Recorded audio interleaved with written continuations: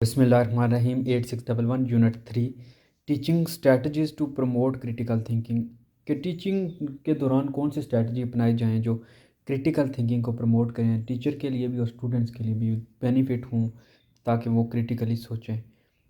Higher order thinking skills आप जो होती हैं, सबसे पहले तो सबसे पहले रिमेंबरिंग का जो तरीका है जो लोअर ऑर्डर थिंकिंग स्किल्स में आती हैं। रिमेंबर करने के लिए आपको आइडियाज़ को रिकॉल करना पड़ता है, दोबारा दोबारा याद करना पड़ता है कि फॉर एग्जांपल एक दिन आपने पढ़ा कोई चीज़, आपने एक सोची, आप उसको लिख लें या आप उसको दोबारा सोचेंगे तभी जो है ना, या जब तक आप एक्ट नहीं करेंगे तब तक वो आपको भूल जाएगी। अंडरस्टैंड करने के लिए आपको उन चीज़ों को फिर एक्सप्लेन करना पड़ता है, उन आइडियाज़ को आप एक्सप्लेन करें, उनकी वजाहत बनाएं कि ये आइडिया मेरे दिमाग में आया है तो इसका आगे क्या है, पीछे क्या है, ये किस चीज़ से लिंक हो रहा है फिर आप उसको अप्लाई करें। आपने जो आइडिया लिया कि इस काम में मुझे ये सिचुएशन में ये काम करना चाहिए, तो आप जो है ना आप उस इंफॉर्मेशन को न्यू सिचुएशन में अप्लाई करें। फिर एनालाइज करें, कुछ चीज़ों को जो है ना आपस में कनेक्ट करके एनालिसिस करें कि जो है ना वो कि कैसे जोड़ रही हैं, एक दूसरे के साथ कनेक्ट हो रही हैं। फिर इवालुएट करें, आपका जो व्यू पॉइंट है उसको आप जस्टिफाई करें। हाँ कि ये चीज़ें क्रिटिकल थिंकिंग में आती हैं कि जस्टिफाई करें अपने व्यू पॉइंट्स को कि ये चीज़ आपने दिमाग में आई थी, सही वैलिड आई थी, रिलायबल आई थी, आपने उसको अप्लाई किया है, आपने उसको एनालाइज किया और फिर एवालुएट करें।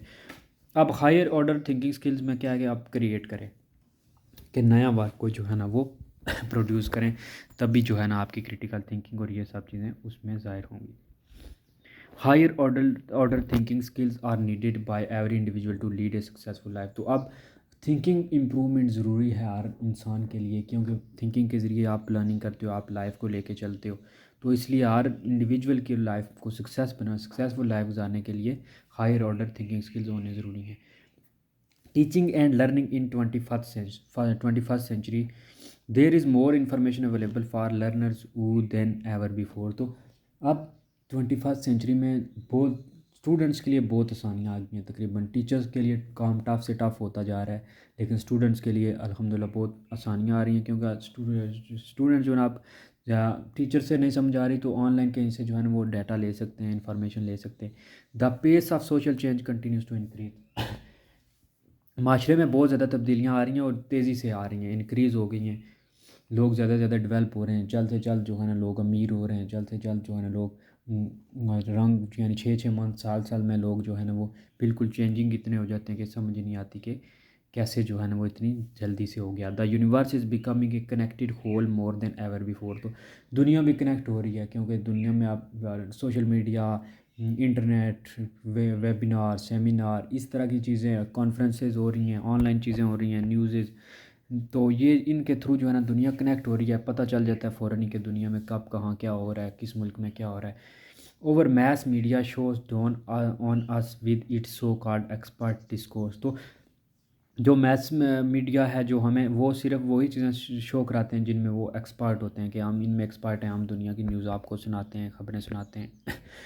We are surrounded by weak arguments promoted with considerably wider range of resources such as social media. तो सोशल मीडिया के थ्रू जो है ना बहुत सा नॉलेज फैल रहा है, बहुत सी चीज़ें फैल रही हैं, मोस्टली उनमें वीक चीज़ें हैं, वीक आर्गूमेंट्स हैं, मोस्टली उनमें जो है ना कोई अथेंटिक न्यूज़ें नहीं हैं, अथेंटिक जो है वो बातें नहीं हैं, लेकिन फिर भी जो है ना फैल रही हैं, हम प्रमोट कर रहे हैं उनको, वो प्रमोट कर रहे हैं। Student need to learn how to manipulate and process information more than just check to see how full their knowledge bank is के।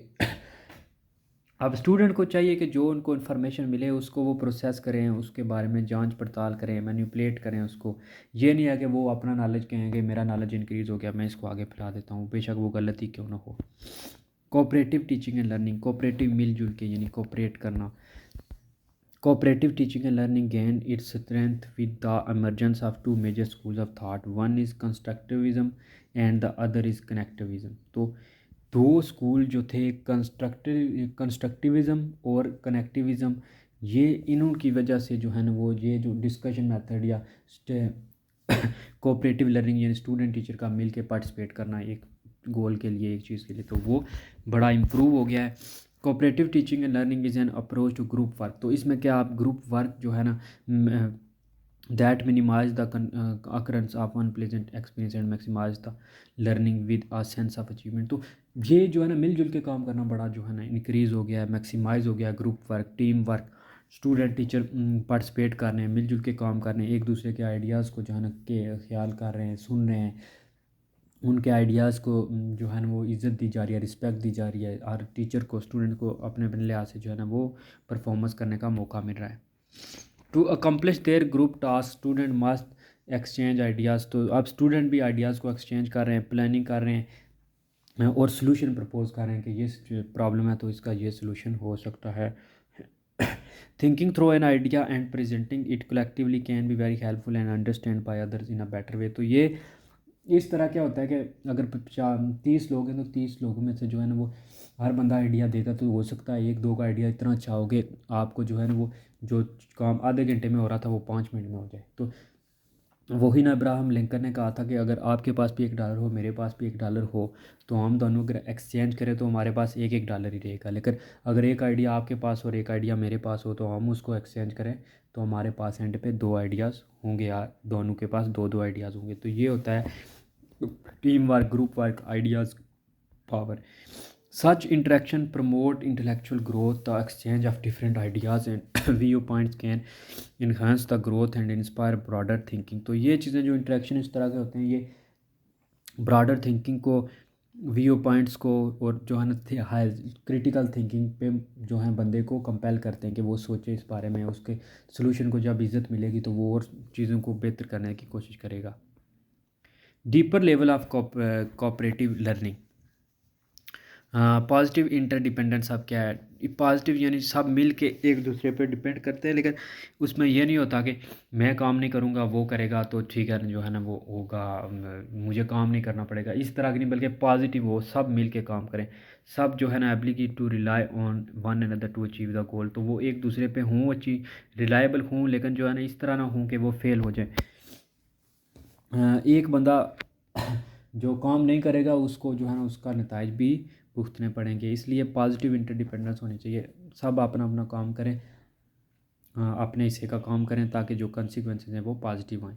इंडिविजुअल अकाउंटेबिलिटी, हर एक की अकाउंटेबिलिटी होगी, हर एक को उसके काम के लिए पूछा जाएगा, वो उसकी जो उसको काम सौंपा गया है कि आपने ग्रुप में रिकॉर्ड रखना है, आपने ग्रुप में जो है वो मटेरियल प्रोवाइड करना है, आपने उसको प्रेजेंट करना है, तो वो हर एक को अपना रोल प्ले करना होगा, उसकी अकाउंटेबिलिटी होगी, उसका हिसाब किताब होगा। अगर वो ऐसा रिस्पॉन्स नहीं देता तो वो फिर उसके लिए बैड कॉन्सिक्वेंसेस होंगे। Face to face promotive interaction, तो इसमें फेस टू फेस यानी आमने सामने टीचिंग स्टूडेंट्स का आपस में जो है ना इंटरेक्शन होता है, फिर स्टूडेंट्स का स्टूडेंट्स के साथ इंटरेक्शन होता है, वो मिल के जो है ग्रुप एक असाइन करते हैं, उस ग्रुप को फिर कुछ असाइनमेंट असाइन की जाती है, वो सब मिल के काम करते हैं, एक दूसरे को फीडबैक देते हैं, अपना अपनी ड्यूटी देते हैं ग्रुप में, जो उनका रोल होता है रिकॉर्डर का या प्रेजेंटर का, या जो है वो सबको स्केजुलिंग करने का, टाइम टेबल बनाने का। तो इस तरह की जो चीज़ें हैं वो सारी फेस टू फेस फिर प्रमोटिव इंटरेक्शन होता है, इंटरेक्शन भी प्रमोट होता है और वो मिल के इनकरेज भी होते हैं, और फिर इस तरह हेल्प भी होती है, टीचर को भी हेल्प होती है और ग्रुप का जो चीज़ें फिर कोऑपरेटिव वे से होती हैं।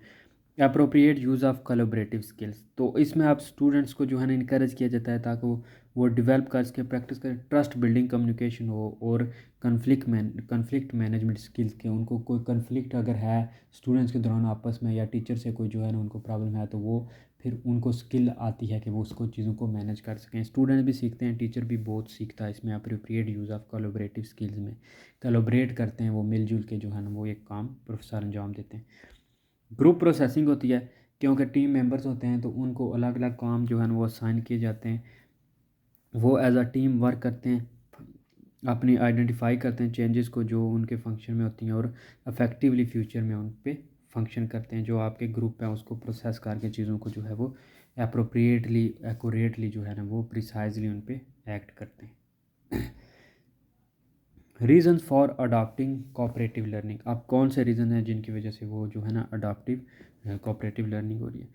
Helps to actively engage more children in learning than to teacher centered और लेक्चर ओरिएंटेड मैथडोलॉजी। तो टीचर सेंटर या मैथड लेक्चर मैथड में क्या होता है, टीचर आता है, खड़ा होता है सामने, पूरा लेक्चर दे जाता है, स्टूडेंट पैसे स्टूडेंट बस सुनते हैं, कोई जो है ना उसका खास ज़्यादा फ़ायदा नहीं होता। लेकिन इसमें अब क्या होता है, कोऑपरेटिव लर्निंग में स्टूडेंट पूरा जो है ना वो कोऑपरेट करते हैं, पूरा उसमें एंगेजमेंट शो करते हैं, पूरे जो है ना पार्टिसिपेट करते हैं, तो वो फिर इनकरेज करता है, स्टूडेंट्स को भी इनकरेज करता है, उनको क्लासमेट्स को, पूरे जो है ना एक सोशल इंटरेक्शन होता है जिसमें क्या होता है कि सारे अपनी स्किल्स, अपने टैलेंट्स, अपने नॉलेज, अपनी जो है ना कोग्निशन के लिहाज से पार्टिसिपेट करते हैं, अपनी इंटेलेक्चुअल जो एबिलिटीज़ हैं उनको शो करते हैं। हर एक को मौका मिलता है कि ग्रुप में जो है ना वो परफॉर्म करने का, कंबाइन करते हैं का, अपनी जो है ना सोशल स्किल्स इंक्रीज़ करने का, अपनी जो है पर्सनल और पर्सनैलिटी को जो है ना वो एक फ्लरिश करने का हर किसी के पास मौका होता है। तो ये सब को जो है ना हेल्प करता है, स्टूडेंट टीचर सब। अब ग्रुप में काम करना जो स्टूडेंट्स के अंदर बहुत ज़्यादा जो है ना न्यू किस्म की थॉट्स, उनके डिस्कशन एक सिंगल सब्जेक्ट के बारे में शेयर ओपनली। अब ग्रुप में काम करना स्टूडेंट्स के अंदर ये थिंकिंग, उनके मल्टी डायमेंशनल थाट, डिस्कशंस और सिंगल सब्जेक्ट के बारे में ये चीज़ें जो होती हैं ना वो शेयर करना ओपनली और लर्न करना। ये क्वेश्चन रेज होते हैं, क्वेश्चंस के आंसर मिलते हैं, स्टूडेंट्स जो है ना अलग अलग वे से की चीज़ों के जो है ना वो व्यू पॉइंट देते हैं। तो ये सब चीज़ें स्टूडेंट्स में जो है ना वो ग्रुप स्टडी या कोऑपरेटिव लर्निंग में हेल्प करती हैं। Multi dimensional discussion and debates होती हैं, यानी school should teach students how to learn and how to think critically through debate.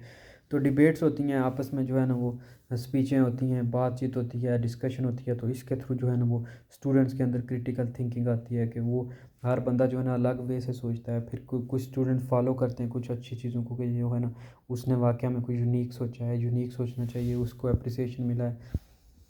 फिर instead of government indoctrination facilities facilitate teach students what to think.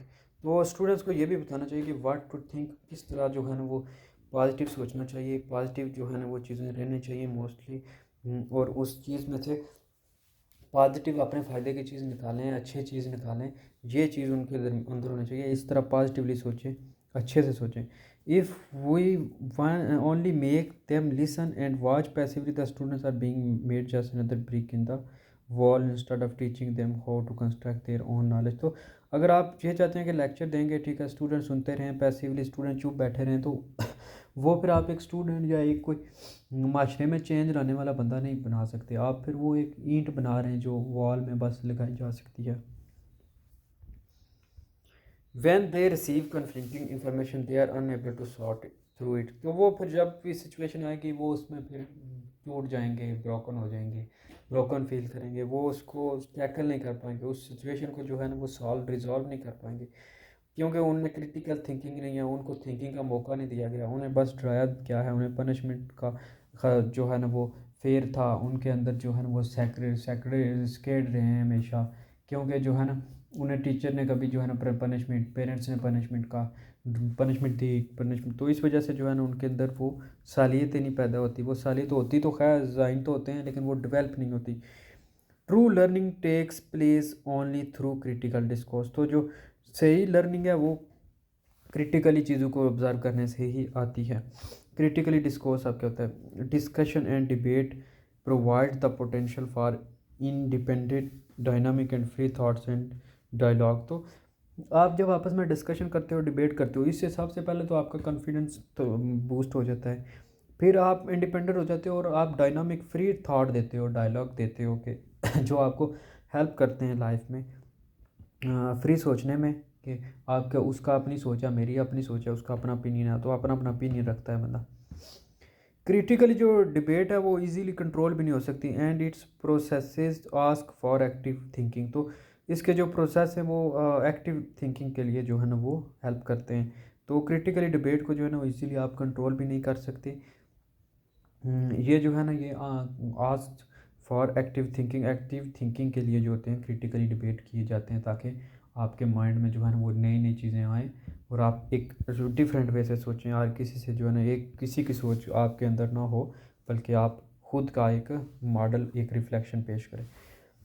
Classroom जो है वो highly important places हैं to teach student intellectual survival skills instead of submission and surrender their own thoughts के। तो classroom में ये बेहतरीन एक नमूना है कि स्टूडेंट्स को प्रमोट किया जाए कि आप अपनी लाइफ जिए अपने हिसाब से, आप don't live the life in any other or don't think like other persons, you have your own mind, think what you want, where you want, what type of thinking you have, you are right। तो आप ठीक हो, आप जिस तरह सोच रहे हो, आपने आपने भी माशरे में सर्वाइव करना है, आपने अपनी लाइफ जीनी है, आपने अपने लिहाज से जीना है। आप दूसरे की सोच को अपने ऊपर कैसे जो है ना वो अप्लाई कर सकते हैं। तो आप अपनी सोच को सरेंडर ना करें, बल्कि उसमें आगे बढ़ाएं। अगर मिस्टेक्स होती हैं तो उनसे सीखें, उन नेक्स्ट जो है ना इम्प्रूव करें। Debate teach content as well as process and require information acquisition and management. तो जो डिबेट्स होती हैं वही टीच करती हैं कि आपको कि जो इन्फॉर्मेशन आपने हासिल करनी है या मैनेजमेंट, यही चीज़ें आपको सिखाती हैं डिबेट के through he. Different aspects of an issue must be investigated and understood by the teacher, by the debater. तो डिबेटर जब डिबेट करते हैं तो उनके थ्रू बहुत सी चीज़ें जो है इन्वेस्टिगेट होती हैं, बहुत से जांच पड़ताल होती है, बहुत सी चीज़ें, क्योंकि सब ने डाटा निकाला होता है, कुछ ना कुछ पढ़ा होता है उस बारे में, तो वो फिर एक नए जो है ना वो अंडरस्टैंडिंग आती है, नई चीज़ें। Debaters learn how to gather information and marshal that knowledge for their purpose. तो वो डिबेटर जानते होते हैं कि वो कैसे इन चीज़ों को इकट्ठा कर सकते हैं और फिर इनको इकट्ठा करके आगे पहुंचा सकते हैं। The process of such discourse is dynamic, fluid and changing. तो वो ये जो प्रोसेस है वो डायनामिक होता है, ठीक है, जब आपको चाहे चेंज हो सकता है, फ्लूइड होता है और चेंजिंग हो सकता है, तब्दील हो सकता है। अब क्लास में डिबेट कैसे जो है ना वो कंडक्ट की जाए। सबसे पहले तो आप क्लियर गोल करें कि हमारे ये गोल हैं, हम इन लिहाज से करनी है, डिबेट करनी है, इन चीज़ों पे गोल सेट करें।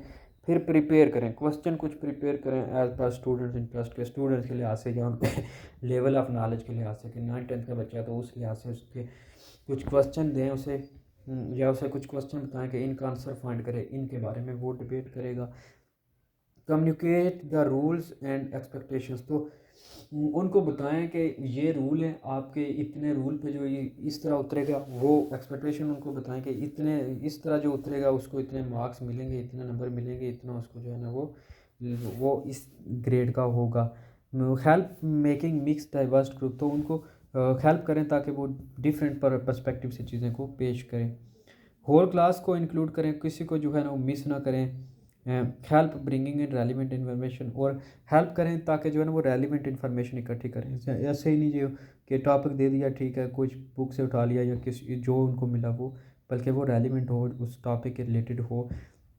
हेल्प करें उनको कि जो है ना broader conclusion instead of agreement के, आपस में एग्रीमेंट करने के बजाय ब्रॉडर कंसेप्ट दें एज अ होल, जो है ना एक बंदे को टारगेट करने के बजाय अब ब्रॉडर जो है ना वो सोचें। Leave food for thought unanswered question. तो सोच के लिए जो है ना वो कोई फूड दें कुछ, के वो लोग क्रिटिकली सोचें फिर उसके बारे में, और अनआंसर्ड जो क्वेश्चन है उनका रिस्पॉन्स दें। टाइप्स ऑफ डिबेट्स, अब 4 कॉर्नर्स डिबेट्स है, रोल प्ले डिबेट है, 4 corner debate, putting forward one question और स्टेटमेंट। तो 4 कॉर्नर्स में क्या है कि किसी को जो है ना फॉरवर्ड करना वन क्वेश्चन और स्टेटमेंट, किसी के क्वेश्चन को जो है ना पुट करना, तो ये उसका आंसर करना, ये होता है 4 corner debates. Letting the groups take 4 position. तो इसमें क्या होता है कि ग्रुप 4 पोजीशन लेता है चारों कोनों में, यानी giving them time to develop their argument in their own corner. तो वो अपने कॉर्नर में जो है ना एक आर्गूमेंट देते हैं, इन्फॉर्मेशन देते हैं, then come to center in a circle to debate. तो वो फिर जो है ना कि कारण में स्टूडेंट्स को दिए जाते हैं, क्वेश्चन दिए जाते हैं, उनको कहा जाता है कि अपनी पोजीशन टेक करें। वो कोनों में जाते हैं, आपस में आर्गूमेंट करते हैं, आपस में जो है ना बातचीत करते हैं, अपना अपना ग्रुप जो होता है। फिर एंड पे क्या आता है कि वो सेंटर में आते हैं और डिबेट करते हैं उस चीज़ के बारे में। अब रोल प्ले डिबेट जो होती है, इसमें क्या होता है, डिस्क्राइब मल्टीपल रोल्स। कुछ रोल्स जो दिए जाते हैं जैसे डेमोक्रेट्स या ऑटोक्रेट्स के, जमहूरियत है या जो है ना बादशाही निज़ाम, या जो है ना वो जो क्या कहते थे वो पुराने दौर में जो लैंड लॉर्ड्स का दौर था, कंजर्वेशन है वर्सेस लिबरल्स है, पुलिसमैन या सिटीजन। इस तरह जो है दो चीज़ों के दरमियान को कंपेयर किया जाता है और उनको कहा जाता है कि रोल प्ले करें इनमें। आप जो है ना एक डेमोक्रेटिक्स के हक़ में, एक ऑटोक्रेटिक्स के हक़ में, दोनों के प्रोज और कॉन्स बताएं। One topic to ponder and defend their perspective. तो उनको टॉपिक दिया जाता है ताकि वो जो है ना अपना पर्सपेक्टिव दें और उसको जो है ना पॉन्डर करें, चीज़ों को डिफेंड करें, पर्सपेक्टिव्स को। टाइप्स ऑफ डिबेट्स आप कहें, फिश बॉल डिबेट, उसमें क्या होता है, grouping chair are placed in a circle pattern. को एक दायरे की शक्ल में कुर्सियाँ रखी जाती हैं, several chairs are then placed inside the circle for team representing the different position of the debate. Chairs can also be added for several student representing the audience. तो कुछ ऑडियंस बैठी होती है, दरमियान में एक सर्कल लगा होता है चेयरों का जिस पे सब स्टूडेंट बैठे होते हैं, तो वो जो है ना रिप्रेजेंट करते हैं अपने अपने को, the bolster attention among those outside the fish bowl an empty chair can be added. तो एक खाली चेयर रखी जाती है विच इज़ फ्री गेम, जो फ्री होती है, allowing someone from the outside to enter the fish bowl to ask a question or make an argument. तो उसमें क्या होता है कि एक प्याला यानी बना हुआ है, फिश बोल बना हुआ है, ठीक है मछलियों का वो गोल सा बना हुआ है दायरा, सब डिबेट कर रहे हैं। तो एक चेयर रखी जाती है ताकि जो एक स्टूडेंट बाहर से आएगा वो क्वेश्चन करेगा, जब वो डिबेट के मतलब कहते हैं ना कि वो एनी क्वेश्चन एंड पे वो प्रेजेंटेशन के दौरान के फॉर एग्जांपल आप प्रेजेंट कर रहे हैं फिर क्वेश्चन करते हैं तो वो क्वेश्चन करता है, आपने उसको आंसर देना होता है। Think pair share debate. अब पेयर शेयर मिलजुल कर यानी डिबेट करना। Ask student to think and make notes alone but about the issue. तो पहले स्टूडेंट को कहा जाता है कि वो अलोन जो है ना वो नोट्स बनाए, उन्हें एक टॉपिक दिया जाता है, इशू दिया जाता है, बताया जाता है। After personal reflection is completed, they search for a partner of opposite opinion and pairs are formed। तो फिर वो क्या करते हैं, पहले तो वो खुद को जो है ना रिफ्लेक्शन देते हैं, फिर अपने लिहाज से वो एक स्टूडेंट चूज़ करते हैं दूसरी साइड से कि मैं इसके साथ इस टॉपिक पे डिबेट करूँगा। ये जो पेयर्स हैं वो वर्क टुगेदर करते हैं, कंपेयर करते हैं नोट्स को, और फिर जो है ना वो लिस्ट करते हैं दोनों साइड्स ऑफ इशू की। अब types of debate, making house debates. तो लिंकन डॉगल्स ने डिबेट मॉडल दिया है। इस मीटिंग हाउस डिबेट में क्या होता है, each team makes an opening argument. तो हर टीम जो है ना वो ओपन आर्गूमेंट करती है। The class is then given the opportunity to question each side. तो वो फिर क्लास जो बचते हैं, जो ऑडियंस होती है, उसको मौका दिया जाता है, अपॉर्चुनिटी दी जाती है कि क्वेश्चन करे वो हर एक से।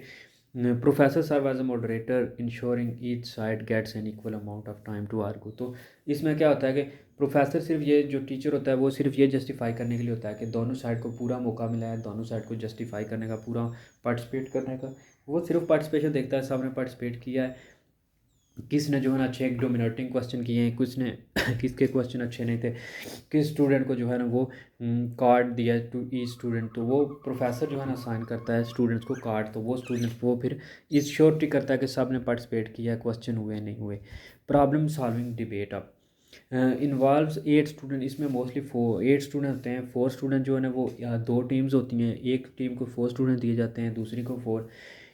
तो one student from each side present a solution to give problem based on historical and philosophical arguments. तो कोई इशू बताया गया, कोई प्रॉब्लम बताई गई, अब दोनों जो है ना पहले एक को मौका दिया जाता है कि उसके बारे में जो है ना आर्गूमेंट करे उस प्रॉब्लम के बारे में, फिर दूसरे को मौका दिया जाता है ताकि उसका सलूशन ढूंढा जाए। एंड पे फिर जो है ना वो चीज़ों को समराइज़ किया जाता है, उनको जो है क्लोज आर्गूमेंट में देखा जाता है एंड पे, और एक कंक्लूजन निकाला जाता है कि इसका कंक्लूजन क्या निकलेगा। Question answer forms. अब क्वेश्चन किस तरह के हैं और आंसर किस तरह होना चाहिए।